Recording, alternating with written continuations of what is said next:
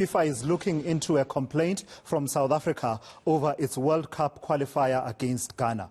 Bafana were not happy with referee Maget Ndiaye's decision to award the Black Stars a penalty. The 31st minute spot kick ended South Africa's World Cup dream. SAFA is expected to give an update later on today. For more on this, I'm joined now by eNCA sports reporter Tshepo Thobane and eNCA sports editor Vata Nogobeni. Vata is in studio and Tshepo is on standby at SAFA House. So let's start with you, Vata, and we'll bring in Tshepo in a moment. So this is a big decision, is it not, by SAFA to appeal and ask for a review of this decision, and it's been acknowledged by FIFA? No, without a doubt, it was a massive decision. I think what stands out is the fact that, SAFA has had to go to these extraordinary, measures, or take these extraordinary measures in order for them to at least satisfy themselves that, they were not dropped in this game. Again, fortunately, there's a precedent that has been set before. If you go back to 2018, again, South Africa versus Senegal in Polokwane, a rematch was ordered of that game. So there's nothing new and nothing surprising about SAFA's decision to ask FIFA and CAF to do what they've done. I think what's important, this has put African football under the spotlight. Yes. To us, there's been a lot of issues that have been ventilated over the years, and nothing has been done about them. I think now, with these matters coming to the fore, I think finally something has to be done by FIFA and CAF to address and put to bed all these major issues that have dogged African football. All right, let's bring in Tshepo Thobane into the conversation. And Tshepo, from what I heard Danny Jordan talking about in the last few days, it would seem they will not only be complaining about this particular decision, but it seems they, in a way, compile some kind of a dossier or a record of sorts that they'll be seeking to complain about to FIFA. Do I have my understanding correct there? What do you expect will come out? Will it be just about this particular decision or other decisions? Because from what I heard Danny Jordan saying, it seems like they are suggesting that if you look at all the calls that were made throughout that match, the preponderance of the bad refereeing calls that were made went against South Africa. Good morning, Tulas. You are spot on. I mean, everyone knows, everyone who watched that game on Sunday will attest to the fact that the match officials were not on point. I mean, the penalty, in fact, before we even get to that penalty that made Bafana to lose the match, before the penalty happened, the ball that went out was supposed to actually be a goal kick for Bafana, not even a corner that resulted in that penalty and the goal. So the whole officiating, the majority of officiating in that match were totally against Bafana. That is why SAFA has taken this stance to ensure that at least justice prevails, because in football or in sport in general, we want to lose properly. We don't want to lose because of a person that made incorrect decisions. And also SAFA believe that the match was manipulated to go to that extent. And it came as no surprise to us to see FIFA actually admitting that they are going to review that match. And it's a big, as Vata said, it's a big thing, because now as it stands, it means that Bafana have been thrown a big lifeline to ensure, in their attempts to ensure that they qualify for the World Cup next year. Well, they might be offered a lifeline, and that's a separate conversation altogether. Stand by, Tshepo. I will come back to you in a moment. Vata, I want you to clarify for those of us who don't follow the developments in as far as rules are concerned. I was under the impression that the referee's decision is final, cannot be reviewed.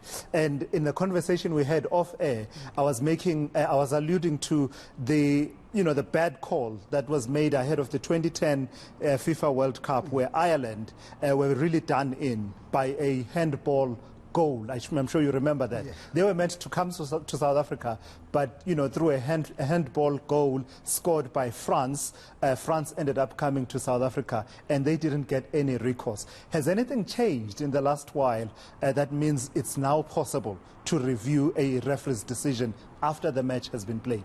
Fortunately now there's precedent, and I'll go back again to the 2018 World Cup Qualifier between South Africa and Senegal. Right there and then, the Senegalese protested, and they went to FIFA and CAF, and the match had to be replayed. And you look at the officials in that game. The Ghanaian referee actually got banned for life. you know, and there was a replay ordered, of which Senegal went on to win, and they went to Russia instead of South Africa. So fortunately, I think FIFA now have placed themselves and CAF in a position whereby they're open to hearing, you know, federations who cry foul over these matters. And take note, we're not the only federation that's crying foul at the moment. Benin, as Ministry of Sport, has also laid a complaint with FIFA over their 2-0 loss over the Congo. So, you know, again, you know, there is now precedent to this issue, and SAFA and Benin are now obviously taking on from that precedent that had been done before. Okay, Vata, why are we still talking about this being a controversy when FIFA adopted the use of VAR in 2018? It's used extensively elsewhere in the world, not used in the domestic league in South Africa and in other leagues on the African continent. Will this be the final push that says, actually, let's settle this matter once and for all? Had the Senegalese referee had the option of VAR, he would have signaled that box signal that they do and went and had a review and made the right call. I think this is what would break the camel's back. This is a straw that would break the camel's back. The funny thing to us is that soon afterwards, we saw that CAF then said that there will be VAR for the CAF Women's Champions League semi-final and final, of which Mamelodi Sundowns ladies are playing in and have made the final.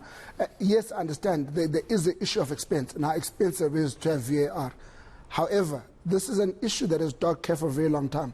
The talks about VAR and introducing it, you know, and the cost of it. There's always been talk about the cost of just infrastructure on the African continent, and CAF has never addressed that. You know, they've always shied away from it. I know current CAF President Petrus Motsepe spoke about, you know, in the lead-up to him ascending to the presidency, spoke about how, you know, CAF needs to really make sure that they lift their standards to that of the UEFAs of this world. And one of the things that was mentioned would have been VAR, the standards of our stadia, you know, and obviously the leagues themselves, and making sure that the African leagues are up to standard with what we see in Europe. Yeah. So this, I think, is going to be the final, you know, tipping point, you know, for CAF to start saying to themselves, we need to take our own football seriously. Okay, I'm going to ask both of you the same question. Let me start with Tshepo now. I'm hoping that we can show that incident once again, so that, you know, I don't know, if we can put aside our justified biases and patriotism and jingoism and look at it objectively as a reasonable person would look at it, and a reasonable outsider, non-South African, looking at this incident, what they would make of it. As we do that, let me bring in Tshepo Thobane once again. Tshepo, tell me, is this not a case of us as South Africans being sore losers, objectively looked at by a dispassionate observer who is not South African, who, you know, understands the game of football reasonably well as the rules? Would a person reach the conclusion that this was not a penalty at all? To us, it's clear it's a penalty, and objectively so. I mean, if you look at the current Bafana team under coach Hugo Broos, wait, Tshepo, you're saying it's clear it's a penalty? In charge. I mean, sorry, Tshepo, I want to understand you correctly. It is a penalty as far as you are concerned. No, I'm sorry. I'm sorry. I'm saying it was not a penalty. It was not a penalty at all. Sorry, correction there. So let's go back to when Hugo Broos came into the side, his first match. I mean, for the first time in a while, you have a Bafana team that is showing promise. In the 5 games they played, except that 6th match against Ghana, they won 4, they draw 1 match, and of course lost that one against Ghana 6. So it's an unbelievable record. And also the fact that they went into that final match only conceding 1 goal. I mean, they deserve to be in the at least the playoffs. I mean, then you have a match official who, from the onset, to us not only the penalty but the majority of the decisions he took. That's why, hence, I'm going back to that point that it was not a corner that resulted in that penalty. If you look back at the incident that led to that goal, it was not supposed to be a corner. It was supposed to be a goal kick for Bafana. So it's not people who are disappointed or sore losers. It's about facts. We saw that this team is playing very well. They deserve to at least go to the final stages of the qualifying round, not to lose out in that manner. Sure. We all saw it, Tulas. Fair play does demand that, once the team has put in the work and the effort, that effort should not be undercut by bad refereeing decisions. So let's take the same question to the eNCA sports editor, Vata Nogobeni. Vata, are we being sore losers here? Are we being those people who are refusing to accept the outcome of a match and wanting to be given special treatment? The FIFA president is a South African and maybe we're feeling entitled, etc., etc. Not at all, Tulas. I think the feelings of the South African public, the feelings of a lot of football people around the continent, and around the world, is that Bafana were done an injustice. I think when you look at it from a South African point of view, you look at the debacle that happened in Bombela Stadium under Pitso Mosimane when they thought they had gone through and qualified. And they were dancing around. There have been so many letdowns. And again, I go back to that game that happened in Polokwane against Senegal, and the fact that they won that game, a replay was ordered, and then they lost, and then Senegal went through and played in Russia. I don't think the South African public expected much from this Bafana team. And even when they kept on winning under Hugo Broos and found themselves on the cusp of making the next round of qualifications, still, there was that quiet confidence, but at the same time, I don't think people gave Bafana much hope. And when an injustice, a grave injustice, like we saw happen on Sunday evening, happens to a team, a team of no names, of almost nobodies, you've got to feel for them, Tulas, and you've got to say, can justice just be done?